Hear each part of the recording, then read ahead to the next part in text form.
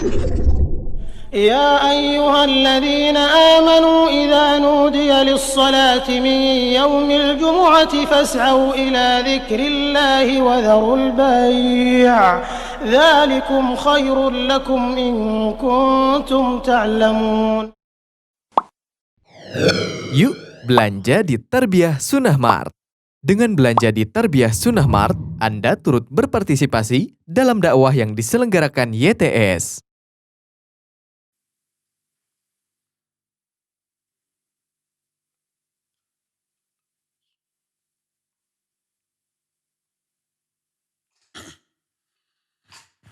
إن الحمد لله نحمده ونستعينه ونستغفره ونعوذ بالله من شرور أنفسنا والسيئات أعمالنا من يهده الله فلا مضل له ومن يضلل فلا هادي له وأشهد أن لا إله إلا الله وحده لا شريك له وأشهد أن محمدا عبده ورسوله. يا أيها الذين آمنوا اتقوا الله حق تقاته ولا تموتن إلا وأنتم مسلمون. يا أيها الناس اتقوا ربكم الذي خلقكم من نفس واحدة وخلق منها زوجها وبث منهما رجالا كثيرا ونساء واتقوا الله الذي تساءلون به والأرحام إن الله كان عليكم رقيبا. يا أيها الذين آمنوا اتقوا الله وقولوا قولا سديدا يصلح لكم أعمالكم ويغفر لكم ذنوبكم ومن يطع الله ورسوله فقد فاز فوزا عظيما. أما بعد فإن أصدق الحديث كتاب الله وخير الهدي هدي محمد صلى الله عليه وآله وسلم وشر الأمور محدثاتها وكل محدثة بدعة وكل بدعة ضلالة وكل ضلالة في النار. قال الله تعالى في كتابه الكريم أعوذ بالله السميع العليم من الشيطان الرجيم wa ilahukum ilahu wahid warrahmanur rahim. Hadirin sidang Jumat yang Allah muliakan, di beberapa khutbah Jumat yang lalu kita sedang membahas bagaimana cara menaikkan iman kita. Pertama dengan belajar ilmu syar'i, menghadiri banyak pengajian-pengajian, majelis-majelis ilmu. Kedua dengan memperdalam Al-Quran, memahaminya, membacanya, menghafalkan dan mengamalkannya. Nah, yang ketiga dengan ma'rifatullah, mengenal Allah melalui nama-nama dan sifatnya. Mempelajari nama-nama dan sifat Allah dipastikan bisa menambah iman, karena siapa yang mengenal Allah, sifat-sifatnya, nama-namanya, pasti akan tumbuh berbagai macam unsur penguat keimanan. Akan tumbuh mahabbah, cinta kepada Allah. Akan tumbuh juga khauf atau khasyah, rasa takut kepada Allah. Akan tumbuh juga roja atau harapan yang besar kepada Allah. Akan tumbuh juga sifat muraqabah, merasa selalu diawasi oleh Allah Azza wa Jalla. Akan tumbuh dan menguat pula sifat tawakal kita kepada Allah. Dan itu merupakan unsur-unsur yang menguatkan keimanan kita. Termasuk diantaranya adalah mengenal Allah bisa melahirkan keikhlasan. Baik dalam beribadah, melakukan ibadah ritual, ibadah vertikal kepada Allah, ataupun ibadah sosial, ibadah horizontal yang kita sebut dengan sebutan muamalah dengan sesama manusia, baik bertetangga, bersosialisasi, berinteraksi, berkomunikasi, itu akan dilakukan secara ikhlas karena Allah. Kalau menolong pasti tanpa pamrih. Kalau memberikan bantuan pasti hanya mengharapkan ridho Allah. Kalau berbuat kebaikan apapun gak berharap balasan dari orang yang dibantu. Itu efek dari ma'rifatullah, lahir keikhlasan. Kenapa mengenal Allah bisa melahirkan keikhlasan seperti itu? Pertama, karena Allah lah satu-satunya yang layak disembah.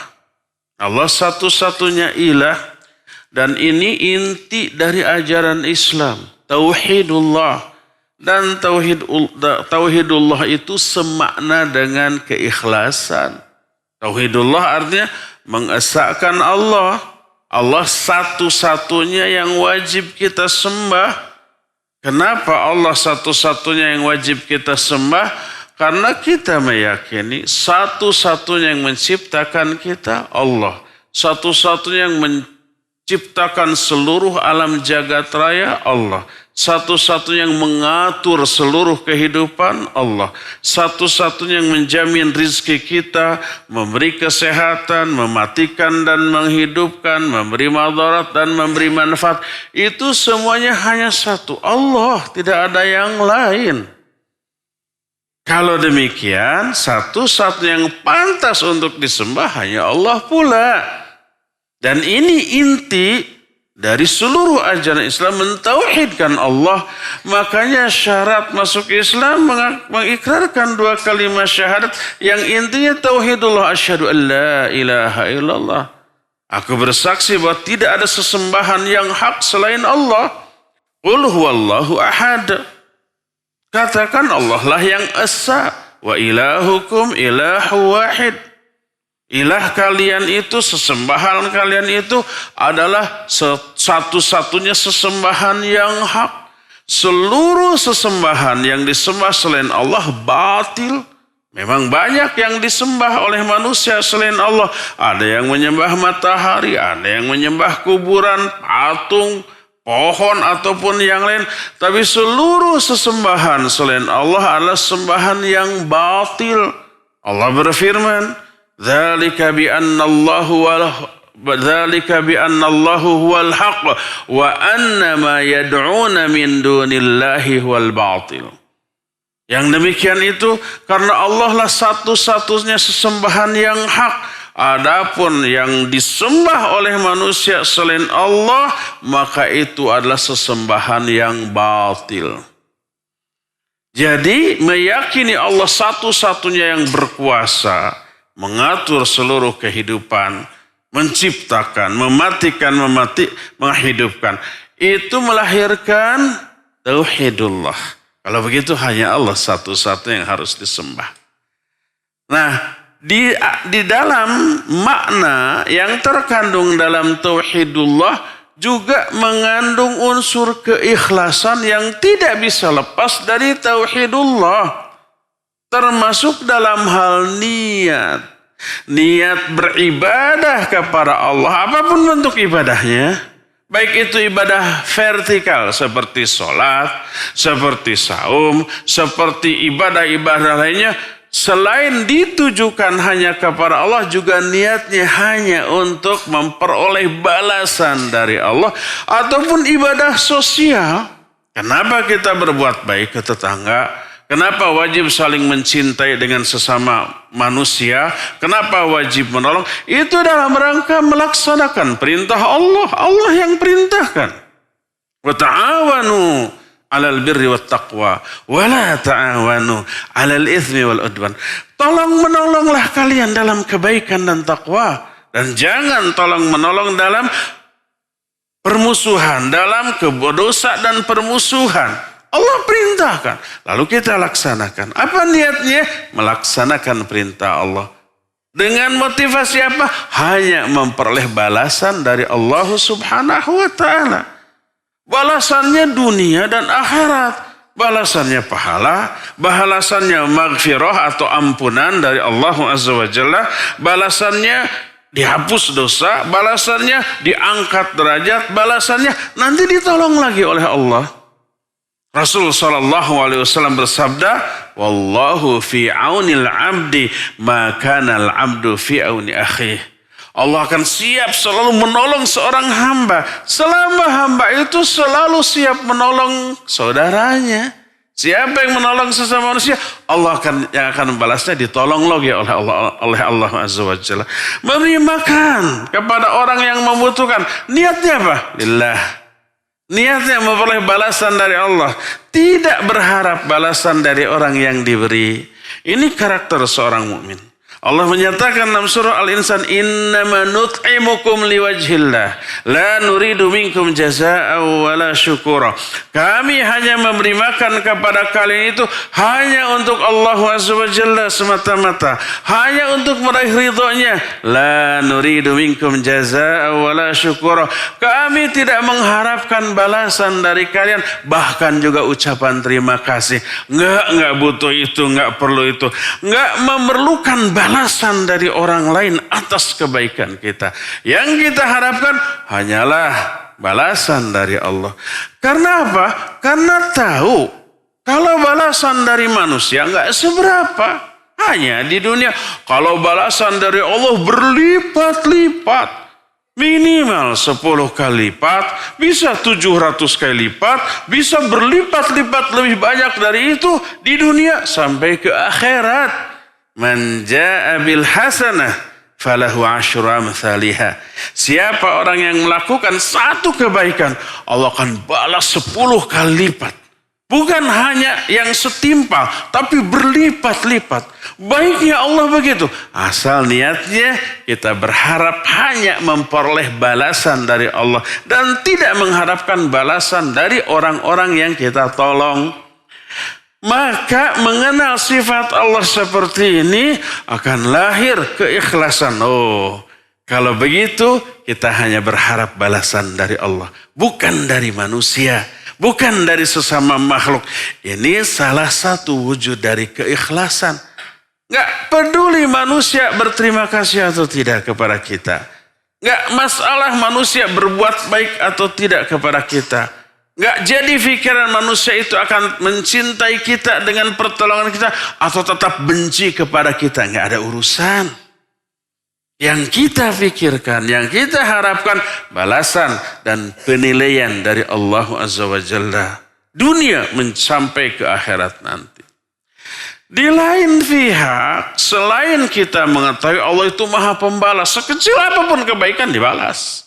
Dan kalau membalas berkali-kali lipat. Di samping itu, kita mengenal karakter Allah yang lain. Allah itu maha pencemburu. Lebih besar dari sifat pencemburu manusia manapun di alam jagat raya ini. Suatu saat, seorang sahabat namanya Sa'ad bin Abi Waqqas radhiyallahu an berkata, demi Allah, kalau aku melihat istriku di luar berdua dengan seorang lelaki ngobrol, saya akan penggal lelaki itu dengan bagian yang tumpul dari pedang saya. Bukan bagian yang tajamnya. Kalau bagian yang tajamnya langsung mati. Kalau bagian yang tumpulnya ditebaskan ke leher, mati tapi nggak langsung saat itu. Mungkin patah dulu si lehernya. Dan hidup beberapa saat dulu menderita. Tidak langsung mati. Tapi akhirnya mungkin mati. Kenapa saat begitu? Saking cemburunya. Apa kata Nabi SAW? Atajabuna bi ghiratis Sa'ad? Apa kalian kagum, takjub nggak dengan sifat pencemburunya Sa'ad? Fawallahi ana aghyaru minhu. Wallahu aghyaru minni. Demi Allah, aku lebih pencemburu daripada Sa'ad. Dan Allah jauh lebih pencemburu daripada aku. Dan cemburunya Allah itu sedikit kita menduakan Allah dalam hal ibadah. Kalau ibadahnya itu umpah kepada Allah menyembah, sholat, saum, dia juga minta ke kuburan. Dia juga minta ke orang sudah mati. Itu disebut syirik. Allah gugurkan semua kebaikan-kebaikan. Dihapus oleh Allah. Allah berfirman, lain asyrakta la yahbatanna amaluk. Kalau kamu berbuat syirik sekali saja, gugur semua amal baikmu. Sebanyak apapun amal baik itu. Ya, terus kalau mati dalam keadaan demikian, neraka selama-lamanya tidak akan diampuni. Innallaha la yaghfiru ayyushraka bih wa yaghfiru ma duna dzalika liman yasha. Allah tidak akan mengampuni dosa kemusyrikan. Tapi Allah akan mengampuni dosa selain itu bagi orang-orang yang Allah kehendaki. Ini saking cemburunya Allah Azza wa Jalla. Ya, kalau ada orang menyembah kepada Allah, tapi menyembah juga kepada yang lain, beribadah kepada Allah, beribadah juga kepada yang lain, Allah tolak semuanya dan Allah batalkan seluruh amal baik yang pernah dilakukannya. Jangankan begitu, ibadahnya hanya kepada Allah. Tidak menyembah patung, tidak menyembah kuburan, tidak menyembah orang yang sudah mati, hanya kepada Allah. Tapi niatnya dibagi dua. Niat memperoleh pahala dari Allah, juga niat memperoleh pujian dari manusia, perhatian dari manusia, balasan dari manusia. Maka Allah tolak itu amalan. Syirik, tapi syirik kecil, musyrik kecil. Karena menyembahnya kepada Allah. Cuma niatnya dibagi dua. 50% atau 90% untuk Allah. 10% untuk memperoleh pujian manusia. Pencemburu Allah. Allah tolak. Allah berfirman dalam salah satu hadis qudsi. Kata Allah Azza wa Jalla, Ana agna syuraka'i 'ani syirki, faman 'amila 'amalan asyraka fihi ma'i ghairi taraktuhu wa syirkahu. Aku ini zat yang paling tidak membutuhkan saingan, sekutu atau yang sejenisnya. Tidak mau ada saingan. Maka siapa orang yang melakukan amal soleh,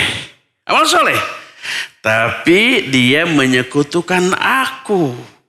Ketika niat melakukan amalan soleh itu, sebagian besar untukku, 99% untuk Allah, 1% untuk peroleh balasan dari manusia, taraktuhu wa syirku. Aku tinggalkan dia. Aku tinggalkan perbuatan syiriknya. Enggak diterima, enggak diberi pahala, enggak diberi ampunan. Murkanya Allah itu demikian. Oleh karena itulah maka siapa yang menduakan Allah, ini saking cemburunya Allah, termasuk dalam hal niat ketika melakukan ibadah, tidak sekadar ditolak itu amalan, tapi juga diazab. Allah berfirman, "Fawailul lil musallin, alladzina hum an salatihim sahun, walladzina hum yura'un." Celaka orang yang salat. Itu orang yang lalai ketika sholatnya dan orang yang riya di dalam sholatnya. Sholat ibadah yang agung, tapi diazab, disiksa. Diancam dengan siksaan yang dahsyat. Kenapa? Karena salah niat, riya. Ingin dipuji oleh sesama manusia.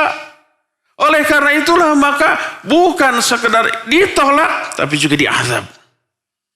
Maka mengenal sifat Allah yang maha pencemburu tadi, maka lahir rasa takut.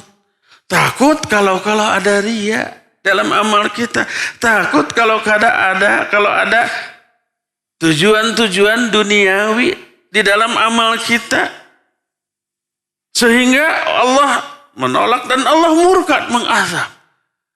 Maka lahirlah keikhlasan.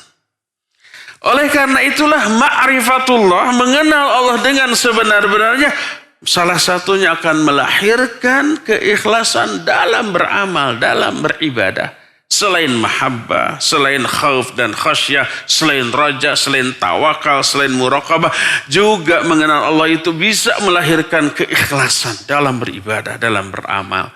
Maka keikhlasan salah satu unsur dari keimanan. Semakin ikhlas, maka semakin memperkuat kadar keimanan kita kepada Allah Subhanahu wa ta'ala. Inilah keterkaitan antara ma'rifatullah dengan ikhlas. Maka pupuklah iman dengan cara memupuk ikhlas, pupuklah ikhlas dengan cara ma'rifatullah dengan semendalam yang kita bisa, maka dipastikan iman kita akan naik lebih mantap daripada sebelumnya. Barakallahu li wa lakum fil Qur'anil azim wa nafa'ni wa iyyakum bima fihi minal ayati wa dzikril hakim wa taqabbalallahu minna wa minkum tilawatahu innahu huwas samiul alim.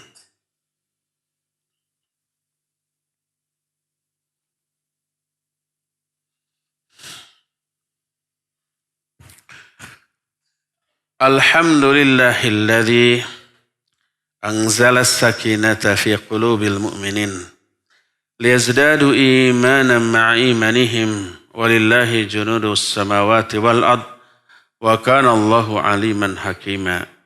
Wa asyhadu an la ilaha illallah wahdahu la syarika lah iqraran bihi wa tauhidan wa asyhadu anna Muhammadan abduhu wa rasuluh sallallahu alaihi wa ala alihi wa ashabihi wa sallama tasliman mazida wa ba'd. Ayyuhal hadirun usikum wa nafsi bitaqwallahi faqad fazal muttaqun. Hadirin sidang Jumat yang berbahagia. Keikhlasan melahirkan kemuliaan akhlak. Dan kemuliaan akhlak mengundang rasa simpati dan kasih sayang orang kepada kita. Kenapa keikhlasan bisa melahirkan kemuliaan akhlak? Karena orang yang ikhlas adalah orang yang hanya mengharapkan balasan dari Allah atas perbuatannya.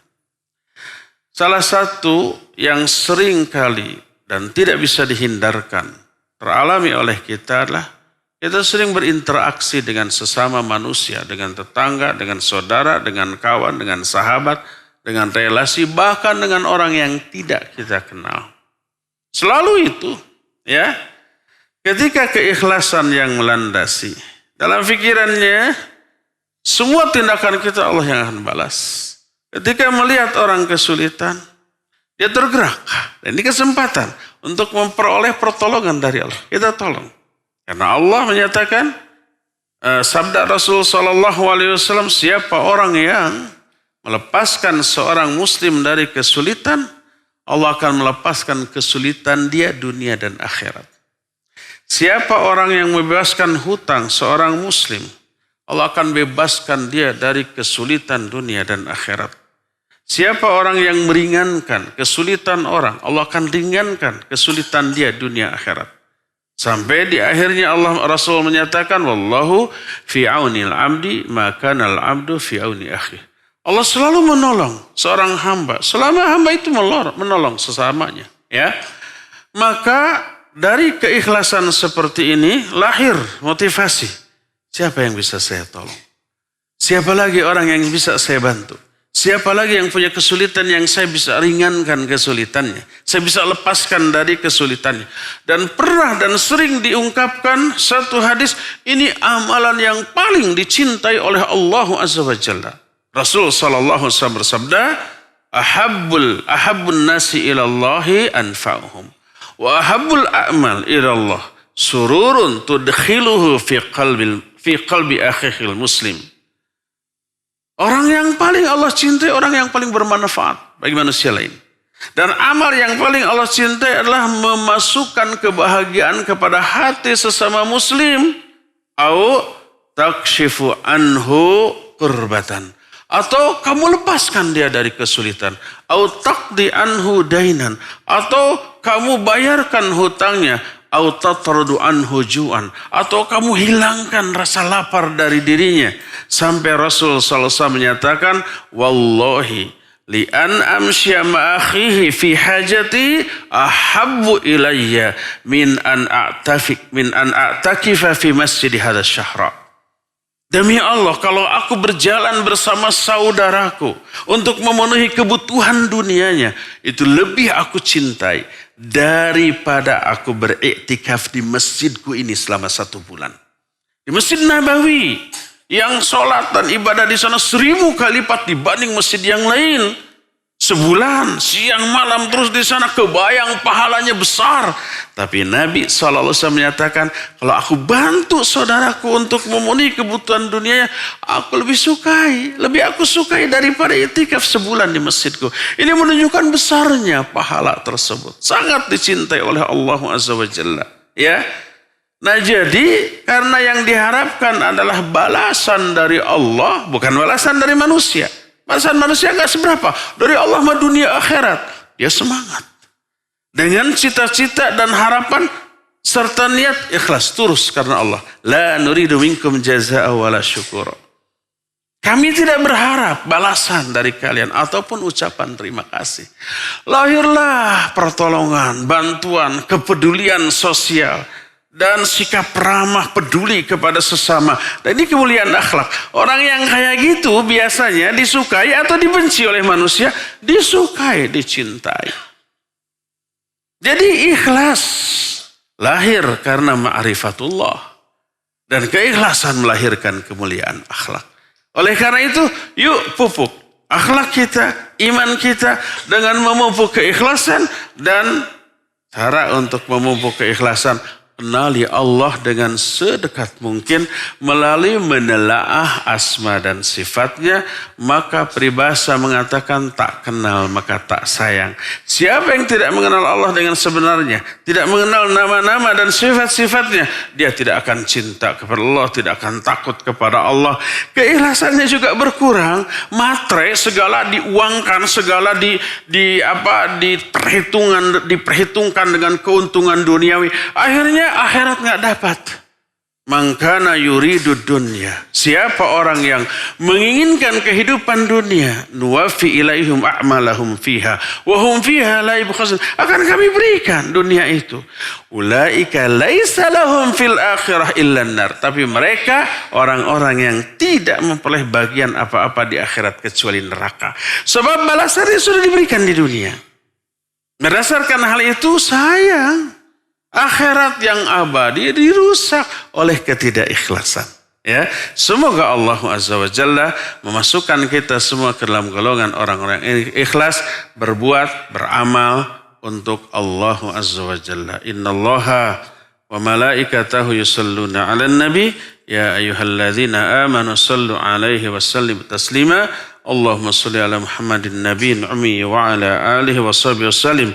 Allahumma ighfir lil mu'minina wal mu'minat wal muslimina wal muslimat al ahya'i minhum wal amwat. Allahumma ighfir lana wa liwalidayna warhamhuma kama rabbayana shighara. Rabbana zalamna anfusana wa illam taghfir lana wa tarhamna lanakunanna minal khasirin. Allahumma kfina bihalalika an haramik wa aghnina bifadlika amma siwak. Allahumma inna na'udzubika min ghalabatid dain wa ghalabatil adu wa syamatatil ada. Allahumma inna na'udzubika minal hammi wal hazan wal ajzi wal kasal wal bukhli wal jubni wal haram wa adzabil qabr. Allahumma ati nufusana taqwaha wa zakkiha anta khairu man zakkaha anta waliyuha maulaha. Allahumma inna na'udzubika min ilmin la yanfa' wa min qalbin la yakhsha wa min nafsin la tashba wa min da'watin la yustajabu laha.